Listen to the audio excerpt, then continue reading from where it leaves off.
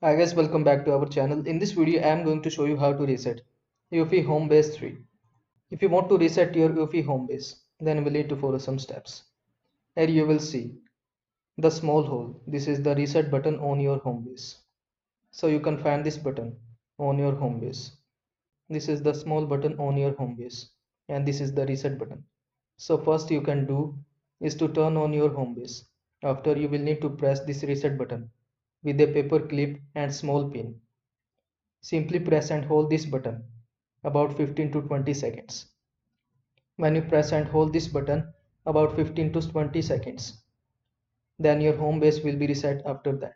So simply press and hold the reset button about 15 to 20 seconds. After 20 seconds, release the button.